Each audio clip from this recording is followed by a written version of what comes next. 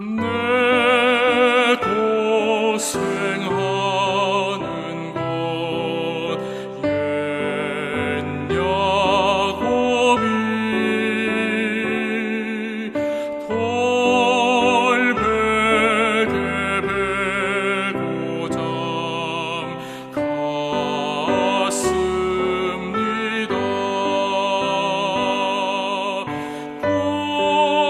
꿈에도 소원이 늘 찬송하면서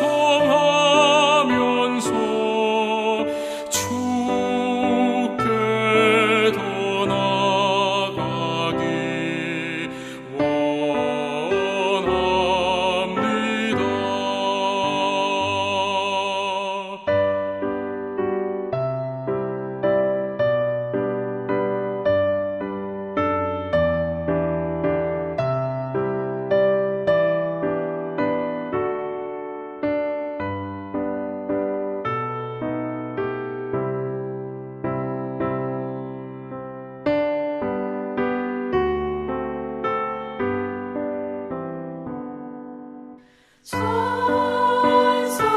찬송에 가는 길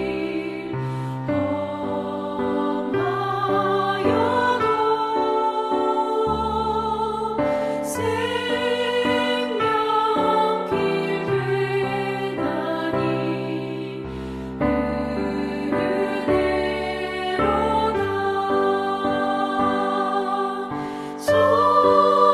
천사 날 부르니 늘 찬송하면서 주께 더 나아가기 원합니다.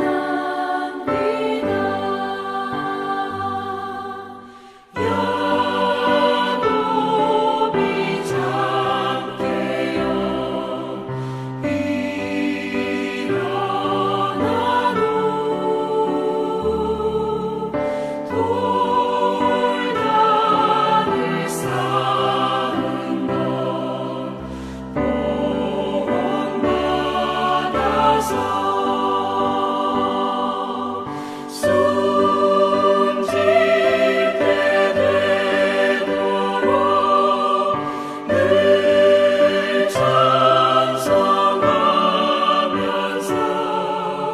주께 더 나아가기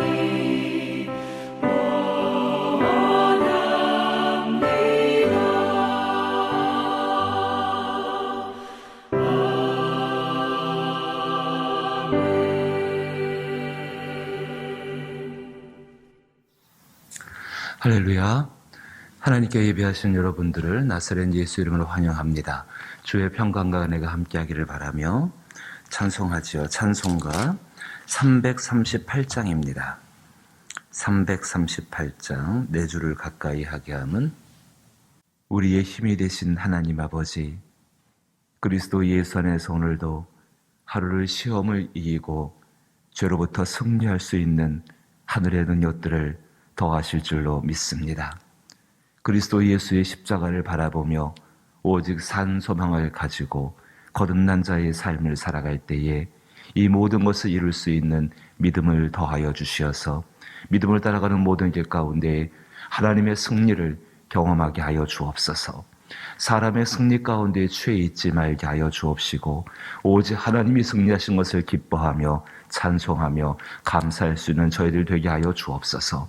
이 땅 가운데 악으로 일어난 코로나19의 여러 가지 일들에 하나님의 승리가 나타날 줄로 믿습니다. 오늘도 이것을 위해 기도할 때에 우리의 기도를 들어 사용하여 주옵시고 주의 복된 것으로 우리의 심령을 채워 주옵소서. 특별히 아버지 하나님, 육체의 질병 가운데에 하나님의 은혜를 기다리는 귀한 분들이 계시오매 그들의 육체 가운데 은혜를 베풀어 주옵시고 그들의 영혼 가운데 그리스도 예수가 항상 계셔서 이 모든 것 가운데 치료받고 일어나는 모든 기간이 오직 그리스도 예수를 깊이 만나는 그 기간들 되게 하여 주옵소서. 간호하며 돌보는 모든 이들을 위로하시고 주의 은혜 가운데에 함께 하시기를 원하옵고 예수님 이름으로 기도하옵나이다. 아멘. 함께 대하실 말씀은 사무엘하 16장 5절로부터 14절 말씀입니다. 사무엘하 16장 5절로부터 14절 구약성경 489면입니다. 구약성경 489면에 사무엘하 16장 5절로부터 14절 한 절씩 번갈아 읽어보지요. 제가 먼저 5절 읽습니다. 다윗 왕이 바오림에 이름에 거기서 사울의 친족 한 사람이 나오니 게라의 아들이요 이름은 시므이라. 그가 나오면서 계속하여 저주하고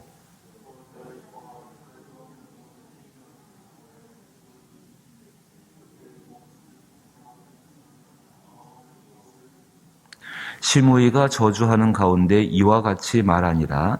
피를 흘린 자여 사악한 자여 가거라 가거라.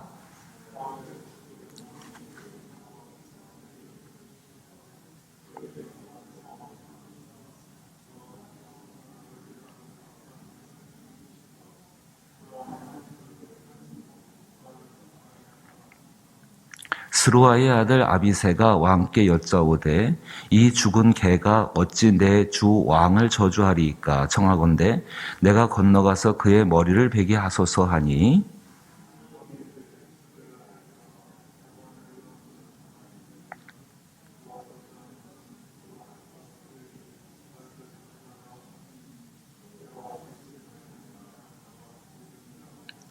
또 다윗이 아비새와 모든 신하들에게 이르되 내 몸에서 난 아들도 내 생명을 해하려 하거든 하물며 이 베냐민 사람이랴 여호와께서 그에게 명령하신 것이니 그가 저주하게 버려두라.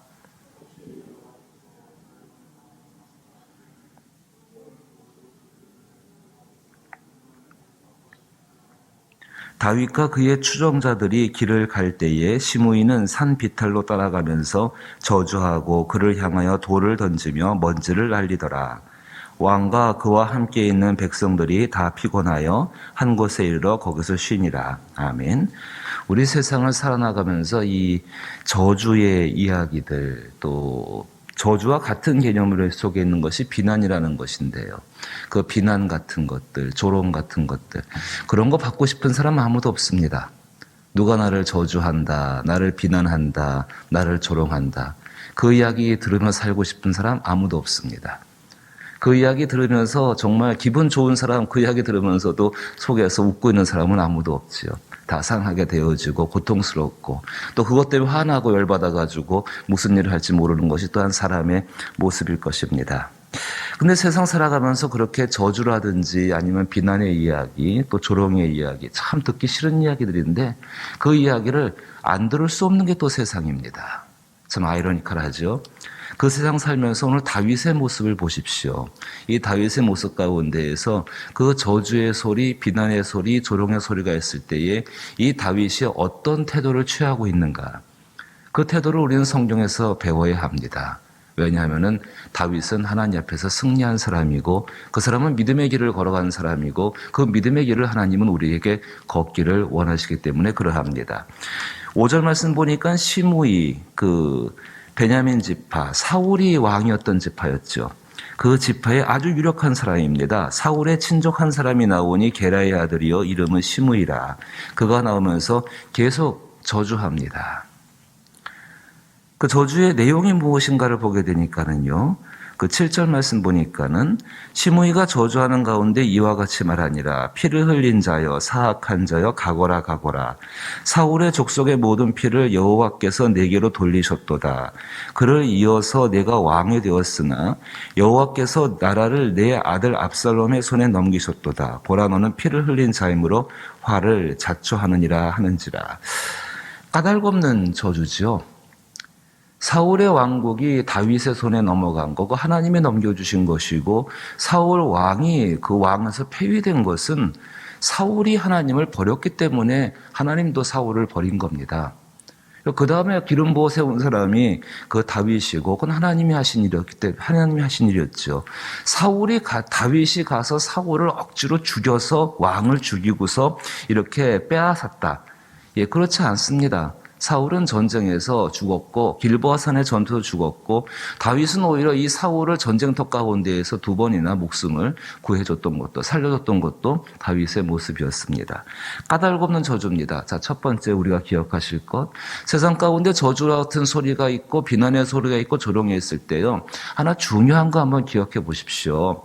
정말로 그 저주의 내용들, 조롱의 내용들, 비난의 내용을 이룰 수 있는 존재가 누구입니까? 사람이 말을 막 많이 한다고 해서 그 말대로 다 이루어집니까? 그렇지 않습니다. 특별히 저주 같은 것들, 그 저주의 내용을 이룰 수 있는 분이 누굽니까? 축복의 내용을 이룰 수 있는 분도 누구이십니까? 축복과 저주라는 건 하늘에 속해 있는 겁니다. 그 하늘에 속해 있는 것을 사람이 어떻게 말을 한다고 해가지고, 물론 마음속에서 바랄 수는 있겠죠. 하지만 말을 한다고 해서 그것이 그 사람 말 때문에 혹은 그 사람이 가지고 있는 어떤 것 때문에 절대로 이루어지는 것은 아닙니다. 특별히 저주는 하나님께 속해 있는 겁니다. 잠언 26장 2절 말씀 보니까 이렇게 이야기합니다. 까닭 없는 저주는 참새가 떠도는 것과 제비가 날아가는 것 같이 이루어지지 아니하느니라. 저주의 소리를 들었을 때요, 물론 기분 나쁘고 마음 상합니다. 비난의 소리, 조롱의 소리 들었을 때요. 근데 그 감정 가운데 있지 말고 사실을 보십시오. 그 저주의 내용을 이루는 분이 누구신가? 요즘 세상 가운데 우리 그리스도인들 교회를 저주하는 소리, 비난하는 소리가 너무너무 많습니다. 예. 정말로 고개를 들지 못할 정도로 그런 이야기가, 모든 교회가 다 그런 것 아니죠. 불과 몇 개의 교회가 그렇게 했는데, 그리스도인들 그 이야기를 들으면서요, 속에서 자기의 감정과 특별히 분노 가운데 붙잡힐 것이 아니라 그 저주를, 그 조롱을, 정말로 그 비난의 것들이 그게 사실이라는 것을 이루는 분이 누구이신가? 하나님을 바라보는 것이죠. 내 마음의 주인은요, 여러분, 세상에서 들려지는 소리가 내 마음의 주인이 아니랍니다. 내 마음의 주인은 누구이십니까? 하나님, 그분이십니다. 어쩌면 우리가 저주의 소리, 그런 소리를 들을 때에 그 구절에 나오는 수루야의 태도와 비슷할 때가 많습니다. 구절 말씀 제가 한번 다시 읽어보면은, 수루야의 아들 아비새가 왕께 여짜오되 이 죽은 개가 어찌 내 주 왕을 저주하리이까? 청하건대 내가 건너가서 그의 머리를 베게 하소서. 똑같이 죽은 개라고 이야기하죠. 뭐 여기 나오는 시므이나 수루야의 아들 아비새나 별로 내면에서의 차이는 없는 것 같습니다. 똑같이 분노의 감정을 가지고 죽은 개 같다. 똑같은 저주의 이야기죠. 우리 그러지 말아야 합니다. 자신의 판단과 분노 가운데 붙잡힌 채로 우리의 말과 우리의 마음에 있는 것들, 생각들을 밖으로 내보내면 안 됩니다. 하나님 앞에서 그렇게 하시는 것은 괜찮습니다. 오히려 원망할 일이 있고 뭔가 좀 속상한 것이 있고 하다면요, 하나님 앞에서 토해내십시오.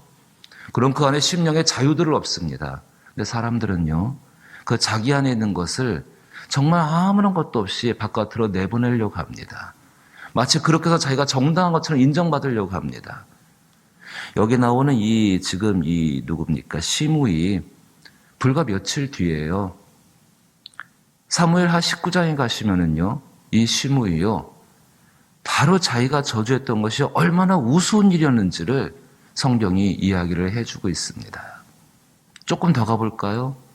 이 다윗 마음 안에, 이 시므이 안에 있던 마음을, 이 그렇게 가볍게 움직이는 그 마음을 이 시므이는 버리지를 못합니다. 자기의 마음의 주인이 누구인지를 결정을 계속 못합니다. 결국은 솔로몬 왕 시대에 가서 이 사람 정말로 죽임을 당하게 되죠. 자, 다윗의 모습을 보십시다. 첫 번째가 저주를 이루시는 분은 하나님이라는 그 생각. 두 번째를 보게 되면은요, 11절 보시니까는요, 자기 자신을 돌아보는 겁니다. 또 다윗이 아비새와 모든 신하들에게 이르되 내 몸에서 난 아들도 내 생명을 해하려 하거든 하물며 이 베냐민 사람이랴. 여호와께서 그에게 명령하신 것이니 그가 저주하게 버려두라. 왜 이렇게 이야기할까요? 그 위에 10절 말씀 보니까는요, 이 아비새가 정말 열받아가지고 얘기할 때에 다윗이 이렇게 이야기합니다. 왕이 이르되 수리아의 아들아 내가 너희와 무슨 상관이 있느냐. 그가 저주하는 것은 여호와께서 그에게 다윗을 저주하라 하심이니 내가 어찌 그리하랴. 할 자가 누구겠냐 하고, 아까 그 시므이가 뭐라고 말했냐면요, 8절에 끝부분 보시면은 너는 보라 너는 피를 흘린 자이다. 보라 너는 피를 흘린 자이다.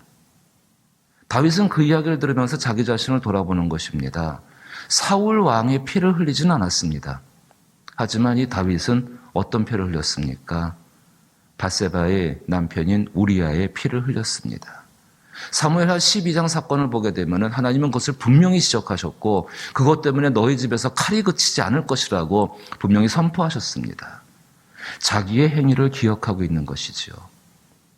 저주의 소리를 들을 때 자기 자신을 돌아보는 겁니다. 그게 우리 가운데 유익합니다.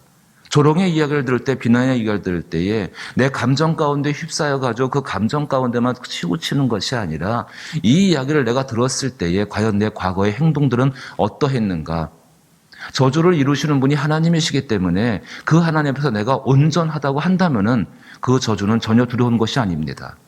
하지만 정말로 두려운 것은 그 하나님의 앞에서의 모습 속에서 내가 깨닫지 못하고 돌이키지 못한 모습이 있다고 한다면은 그건 진짜 무서워하고 진짜 두려워할 일 중에 한 가지가 되는 것입니다.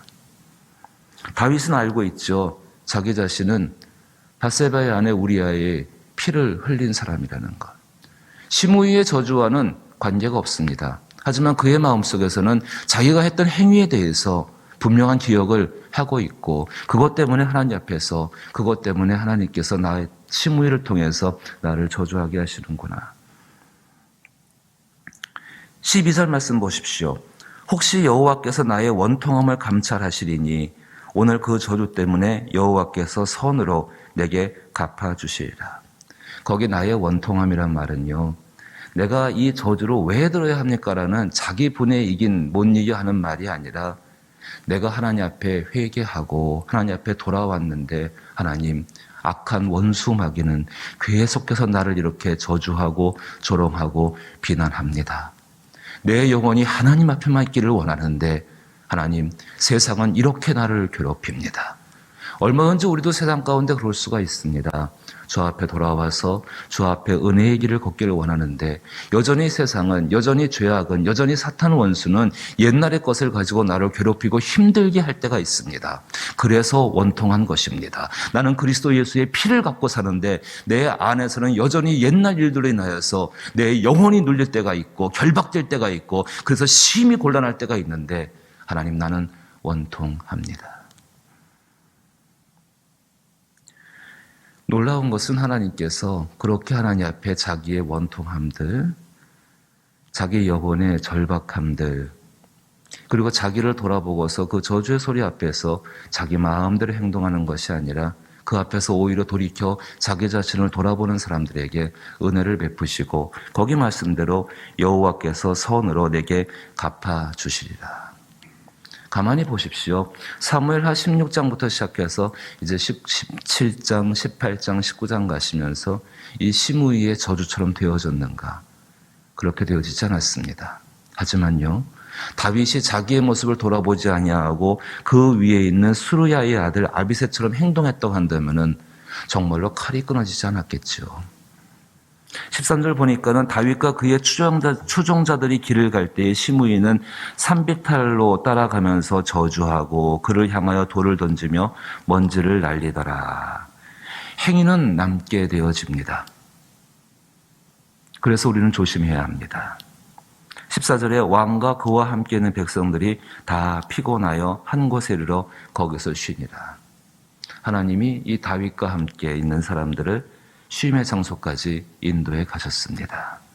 하나님의 긍휼은 변함이 없습니다. 그 긍휼 속에서 하나님이 함께 하시는구나. 그 소리가 들릴 때가 있습니다. 그 소리에 대해서 그것을 이루기도 하시고 혹은 그 소리를 패하기도 하시는 분은 하나님이라는 것을 기억하시면서 오히려 세상 가운데 저주와 비난과 조롱의 소리를 들을 수밖에 없는 상황 속에서 살고 있을 때에 그 하나님께 자기를 피하여서 그 하나님께 기도할 수 있는 기회를 삼기를 주의 이름으로 축복합니다. 주기도문으로 예배 마칩니다. 하늘에 계신 우리 아버지여, 이름이 거룩히 여김을 받으시오며 나라 임하옵시며 뜻이 하늘에서 이룬 것 같이 땅에서도 이루어지이다. 오늘날 우리에게 일용할 양식을 주옵시고 우리가 우리에게 죄 지은 자를 사하여 준 것 같이 우리 죄를 사하여 주옵시고 우리를 시험에 들게 하지 마옵시고 다만 악에서 구하옵소서. 대개 나라와 권세와 영광이 아버지께 영원히 있사옵나이다. 아멘. 우리 이 땅에 사는 그리스도인들 교회가 회개할 것이 있습니다. 마치 우리는 우리 스스로가 축복을 이루기도 하고 또 마치 우리 스스로가 하나님처럼 저주를 이룰 수 있는 사람인 것처럼 이거 엄청난 교만이고 엄청난 오만이거든요. 우리가 바라고 소망해야 될 것은 우리 자신들이 항상 그리스도 예수 안에 있기를 소망해야지. 그 안에 있는 것을 이루시는 분도 그 안에 있는 것을 폐하시는 분도 하나님이라는 그 하나님에 대한 주권 사상을 잃어버린 것이 우리가 회개할 일 중에 한 가지입니다. 코로나19로 인하여서 우리는 경험하고 있습니다. 우리가 소망했던 복된 것들이 얼마나 우리의 힘이 아니라 우리의 권능 가운데 있는 것이 아니었고 하나님 손에 있었던 것이었는지. 어쩌면 우리의 감사는요, 하나님이 이루신 것에 대한 감사가 아니라 우리 자신이 이룬 것에 대한 만족의 표현이었을지 모릅니다. 돌이켜보며 기도할 수 있게 되기를 바라옵고 또 우리의 자녀들을 위해 기도하시고 또 특별히 병들고 약한 분들, 중보가 필요한 분들이 있습니다. 믿지 않는 영혼들을 위해 기도하시고 또 잠비아로 시작하여서 우리 필리핀에 이르고 아르헨티나, 태국 선교의 현장들을 기억하시고 기도하시며 또한 전도의 현장들을 위해서도 기도하시고 우리 전도회들이 돕는 교회는 굉장히 약한 교회고 어려운 교회들입니다. 코로나19로 인하여서 정말 더 힘들 수밖에 없습니다. 한 가지 주 앞에 기도하십시다. 어려운 때이지만 저들이 영적으로, 육적으로, 환경적으로 풍성함을 잃지 않게 하여 주옵소서. 함께 기도하기를 부탁드립니다. 함께 기도하십시다.